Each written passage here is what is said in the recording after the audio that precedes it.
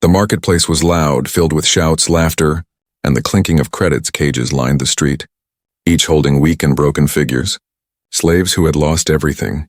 The smell of sweat, rust, and old blood mixed in the air, making it hard to breathe. At the very end of the row, in the smallest cage, sat a girl no one cared to look at. Her skin was pale with bruises, her clothes torn, and her teeth broken from beatings long ago. Her head hung low as if she had already accepted her fate. The auctioneer banged his staff against the wooden stage. "Calling for attention, 2 credits, he shouted, pointing to the girl in the cage.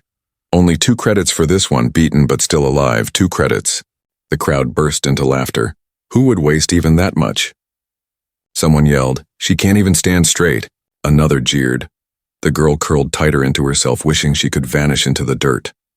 The auctioneer grew angry, his voice sharp. "Come on! 2 credits! Less than a loaf of bread. Surely someone will take her." But the people only turned away, their eyes searching for stronger. Younger slaves, no one wanted the broken girl.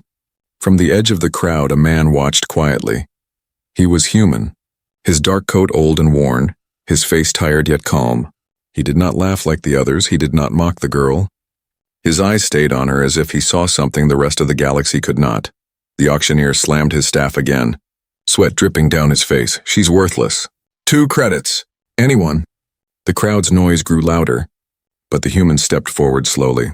"I'll take her," he said, his voice firm but low. For a moment, silence cut through the chaos, heads turned, eyes wide. Whispers spread like fire. "A human? He wants her? He must be desperate or mad." The auctioneer blinked, unsure if he had heard right. What did you say?" The human's eyes did not waver. "I said I'll take her. 2 credits. Gasps filled the marketplace, laughter mixed with shock. "Why would anyone buy trash?" Someone sneered. "He's throwing his money away." Another spat. The girl lifted her head slowly, her eyes wide and trembling. She could not believe what she heard. Was this real? Or just another cruel joke? Her broken lips whispered weakly, though no one heard. "Why? Me?"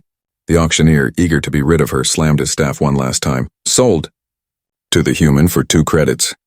The crowd laughed again, mocking both the buyer and the slave. But the human didn't care. His steps were steady as he walked toward her cage. The girl's heart pounded in her chest. Every master before had looked at her with hate or hunger. Never with calm eyes as the human unlocked the cage. The door creaked open. The girl flinched, expecting a blow, expecting chains, but instead a hand reached out, not rough, not cruel, just steady. For the first time in her life, she saw a hand offered to her, not against her. Her thin fingers shook as she placed them in his palm.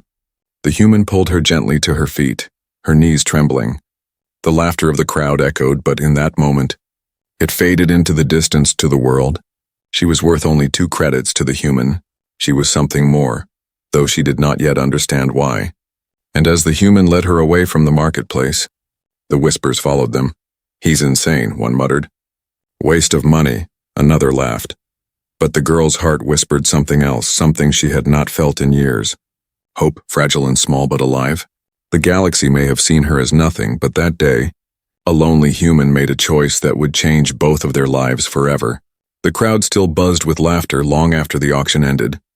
They shook their heads and whispered to each other, mocking the human's decision. 2 credits wasted, one merchant said with a grin.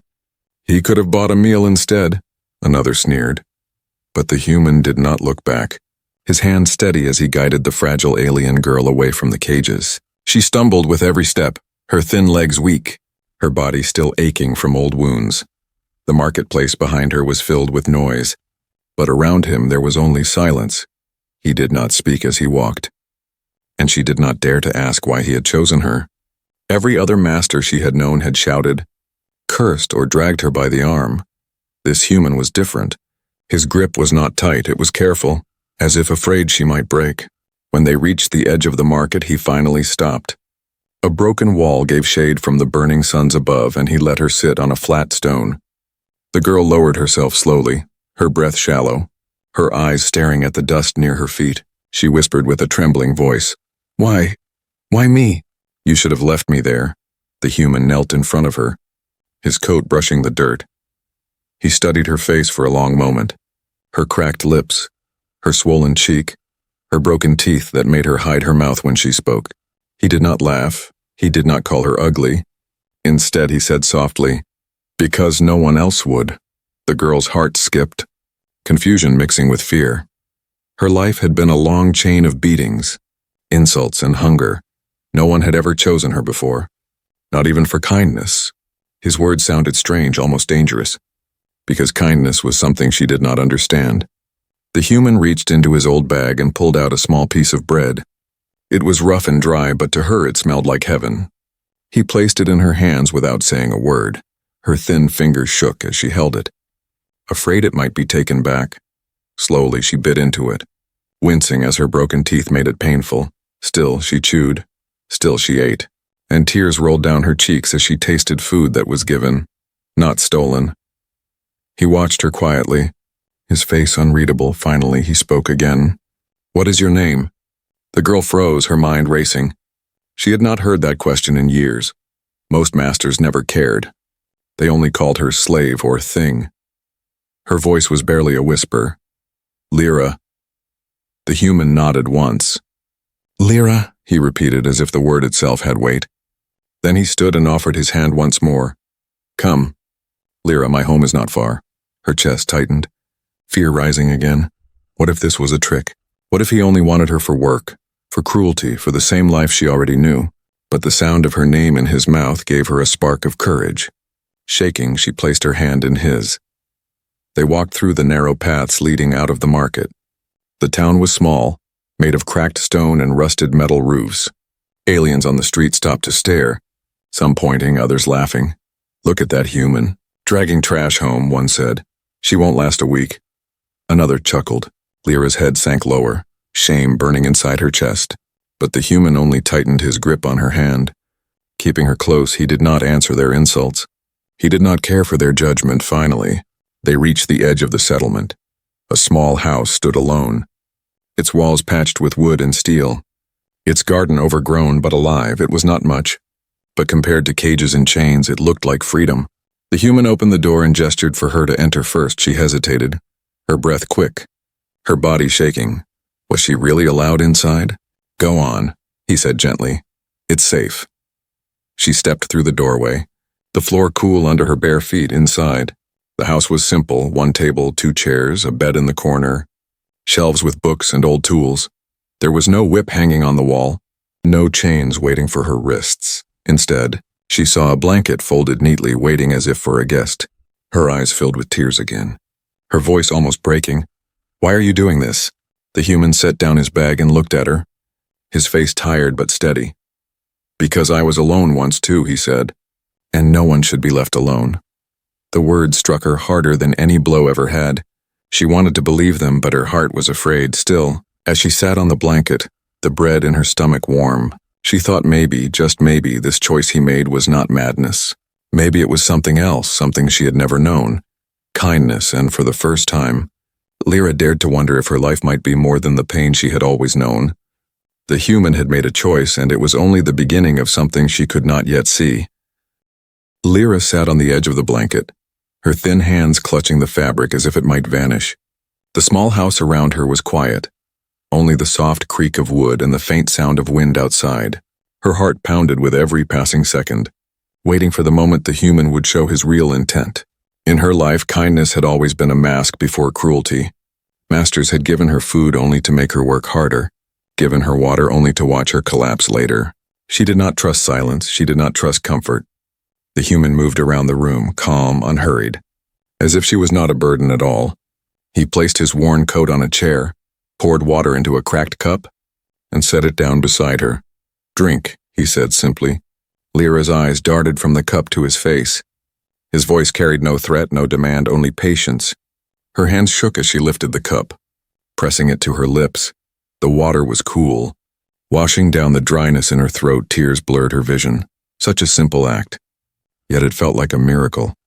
When she set the cup down, she whispered, "You will send me to work, won't you?" The human looked at her, his brow furrowed slightly. "No," he said.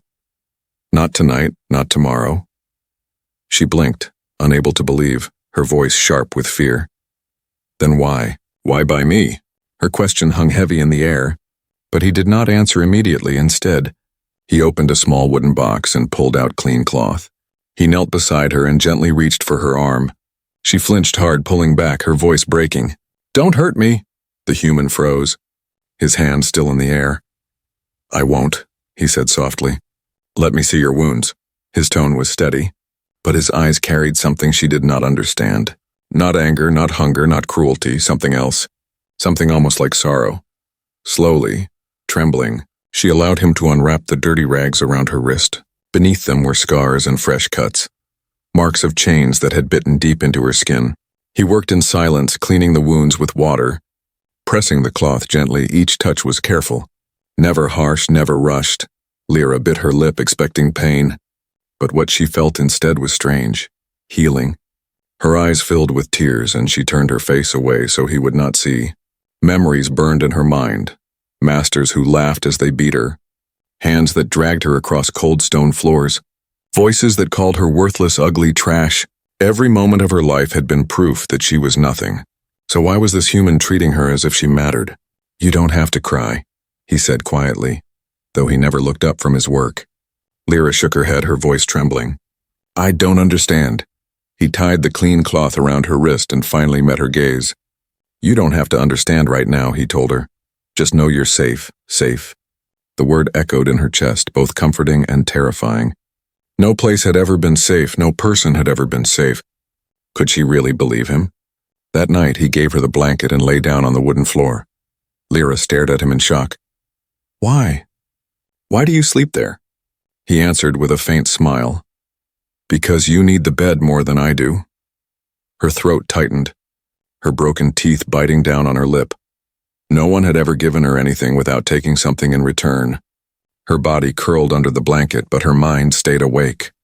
Watching him, every breath he took, every small movement, she waited for the trick, the betrayal. But it never came. The suns rose slowly the next morning, light spilling through the cracks in the walls. Lyra opened her eyes to find the human already outside. Tending to the small garden, she sat up slowly, her body stiff, her wounds aching less under the clean bandages. For a moment she only watched him, his movement steady as he pulled weeds, watered the soil. Why would someone like him choose someone like her? When he came back inside, he set down a small bowl of porridge in front of her. "Eat," he said again, no force in his voice, just calm.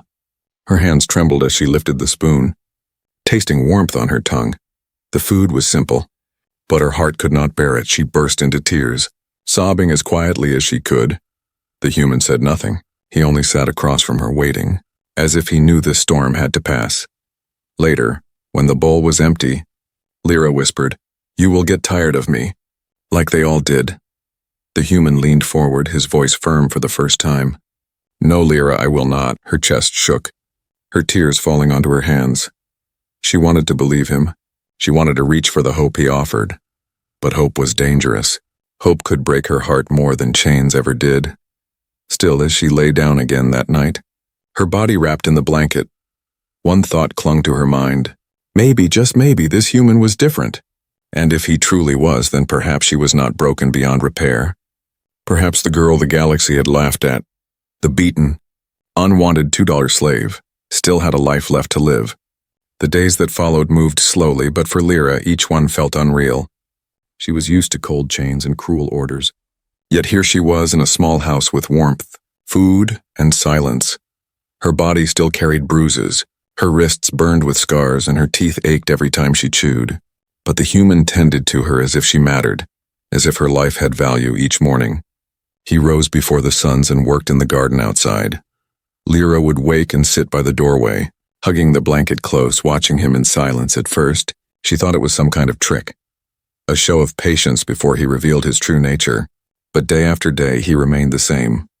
Steady, calm, never shouting, never demanding. One evening, he returned with a small wooden box in his hands.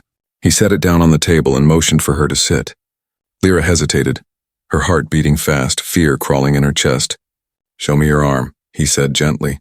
She froze, the old memory of chains tightening in her mind. Her voice shook. You will hurt me?" He shook his head, his eyes calm. "No, Lyra. I will heal you." The word sounded strange to her, almost impossible. but his tone carried no cruelty, and slowly, with trembling hands, she lifted her sleeve. The scars on her skin were ugly, angry red lines where the metal had cut deep.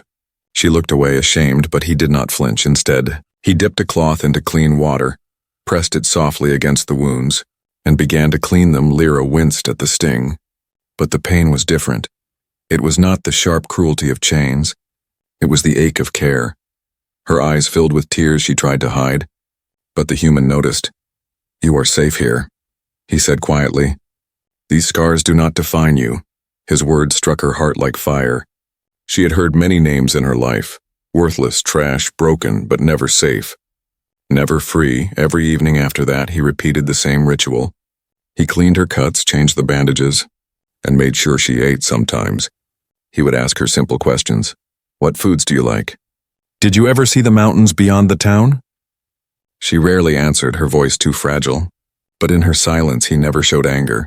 He only waited, patient as the stars. One night, as he tied a fresh bandage around her wrist, Lyra whispered, "Why do you care?" He paused, meeting her trembling eyes.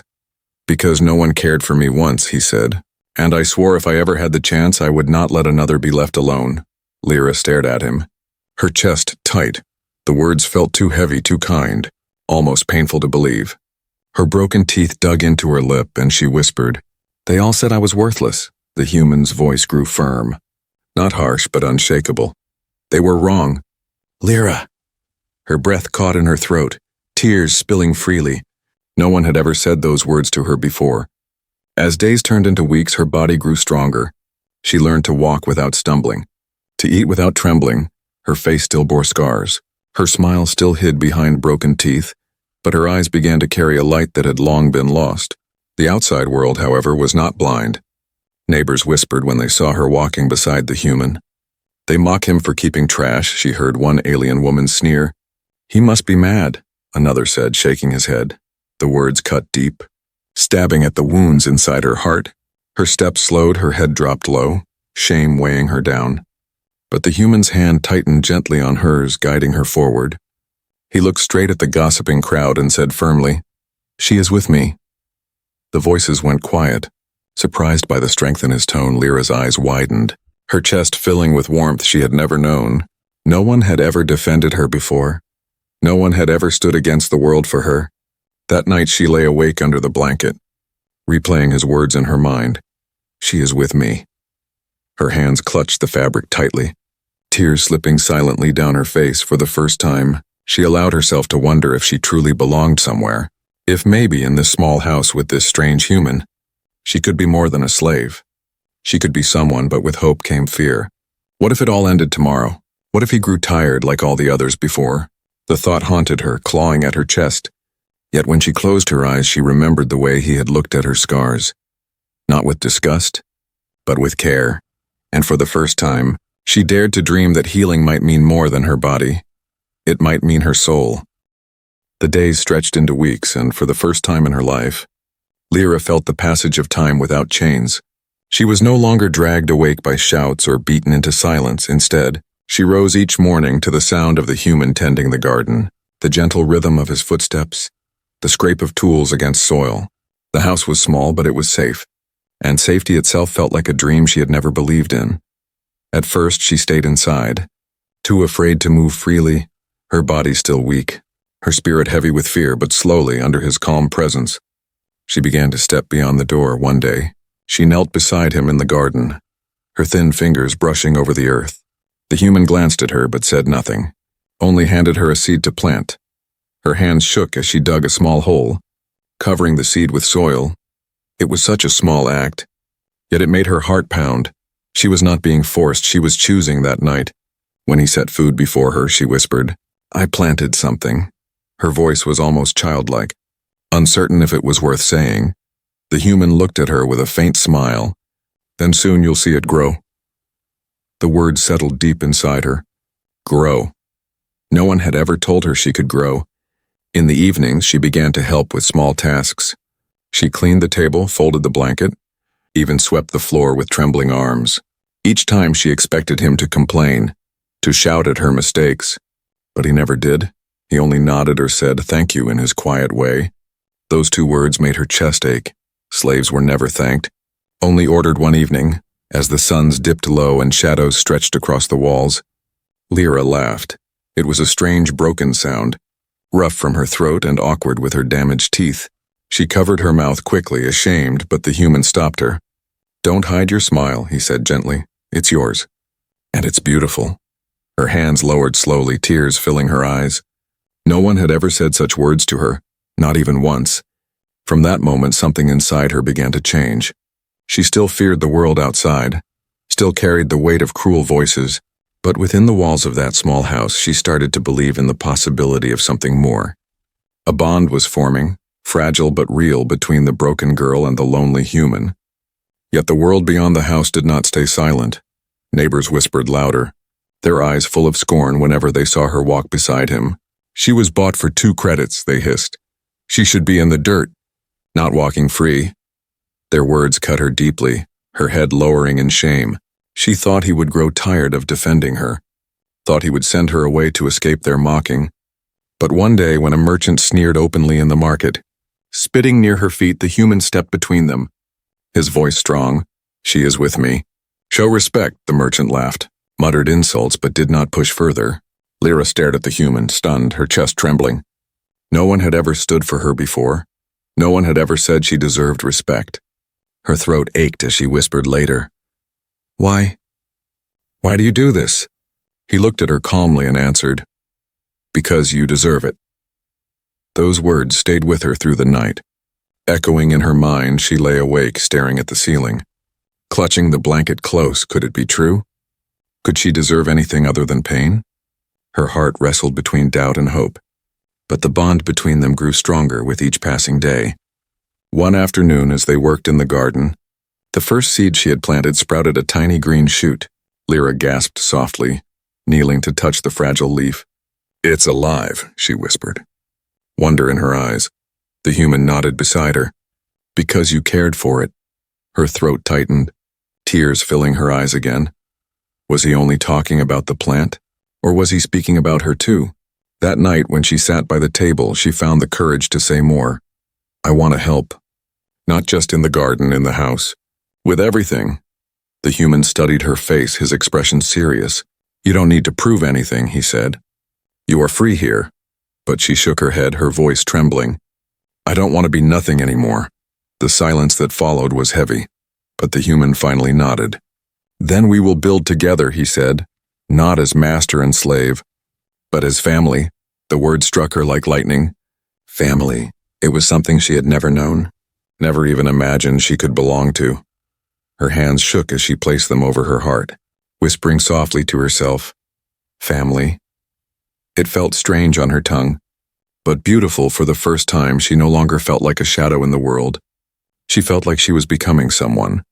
And as the night deepened, she realized the truth. The bond between them was no longer of buyer and slave. It was the beginning of something far stronger, something that could heal wounds deeper than flesh. A new bond that could not be broken. Word of the human's strange choice spread quickly through the small town. Everywhere he went, whispers followed. "They say he bought a broken slave for 2 credits, one merchant muttered. "A girl with cracked teeth and scars." "Useless," another laughed. People shook their heads, convinced the human had lost his mind. Lyra felt the weight of their stares whenever she stepped outside. Her steps would slow, her shoulders curling inward. She heard the cruel words, felt them pierce her chest like knives. Why does he walk with her? She should be in chains, not beside him.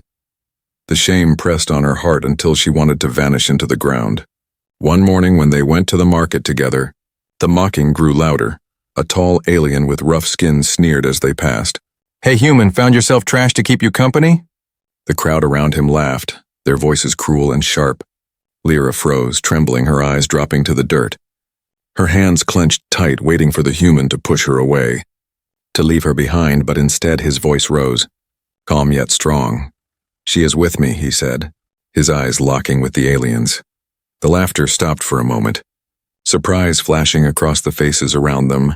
No one expected a human to defend a slave, especially one so broken. The tall alien scoffed, spitting to the side. "You'll regret wasting credits on her," he growled. But the human did not flinch, his hand resting lightly on Lyra's shoulder.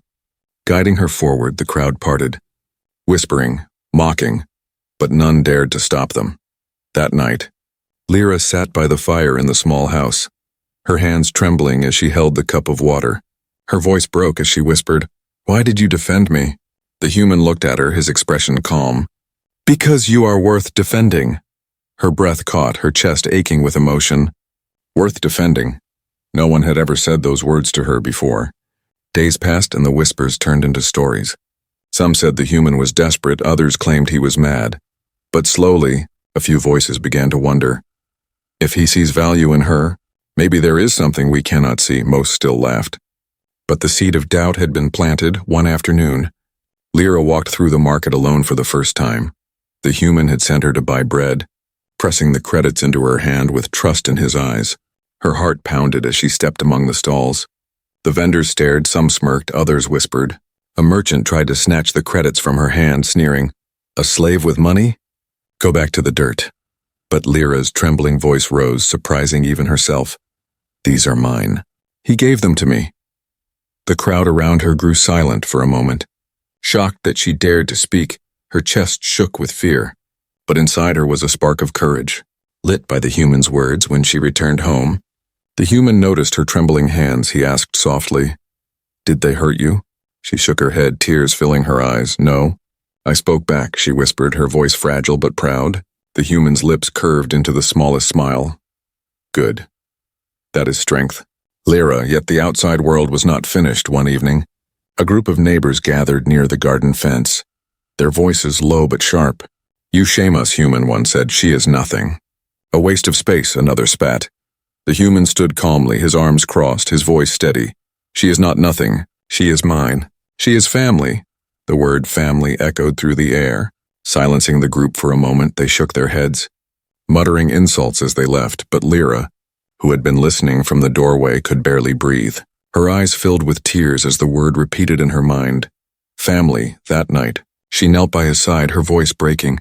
"You should not say such things. They will turn against you." The human looked at her, his gaze steady. "Let them. I will not let them take you from me." Her tears spilled over, her thin hands clutching his sleeve. No master had ever spoken of her like this. No master had ever claimed her in kindness, only in cruelty. But this was different, terrifying and beautiful all at once. The bond between them grew stronger with every cruel word thrown by the outside world. The more others mocked, the more the human protected. The more shame tried to crush her, the more his voice lifted her. And though fear still lived in her heart, she began to understand something new. Perhaps the world outside would never see her worth. But within the walls of that house, with him, she was no longer the broken $2 slave.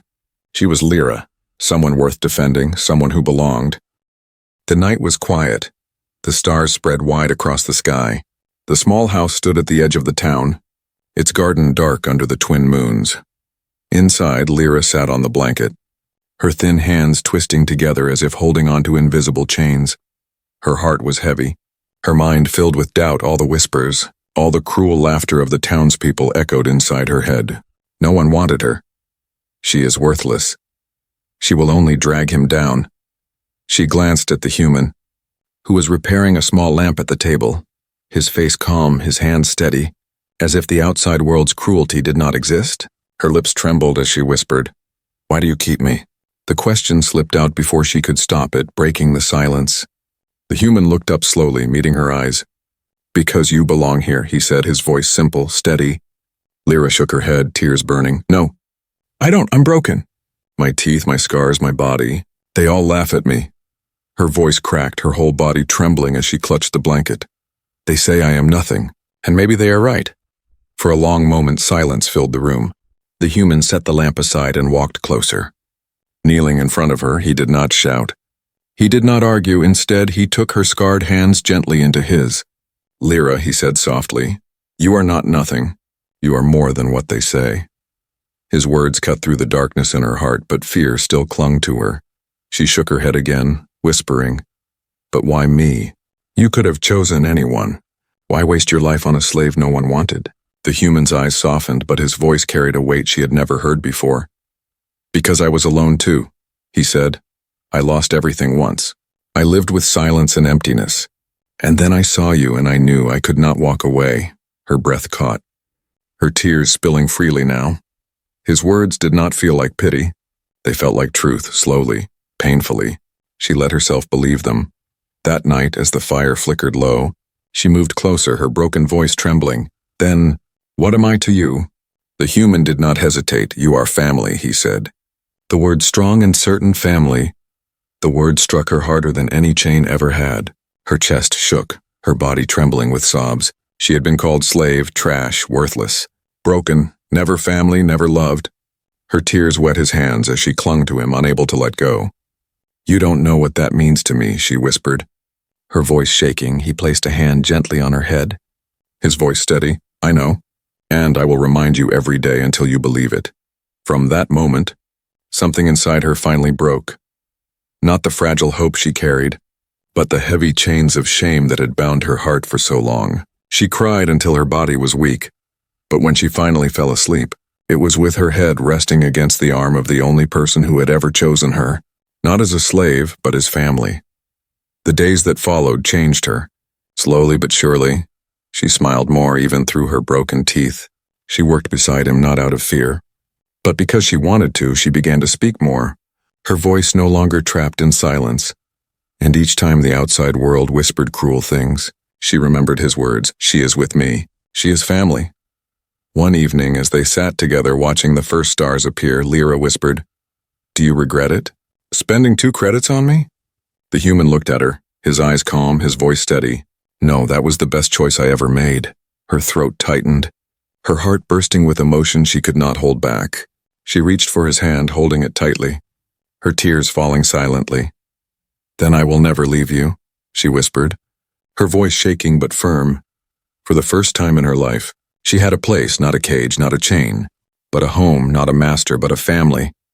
And though the galaxy had laughed at her, mocking the broken $2 slave with broken teeth, it no longer mattered, because one human's kindness had rewritten her story, turning a worthless price into something priceless, turning her chains into belonging, turning her emptiness into family.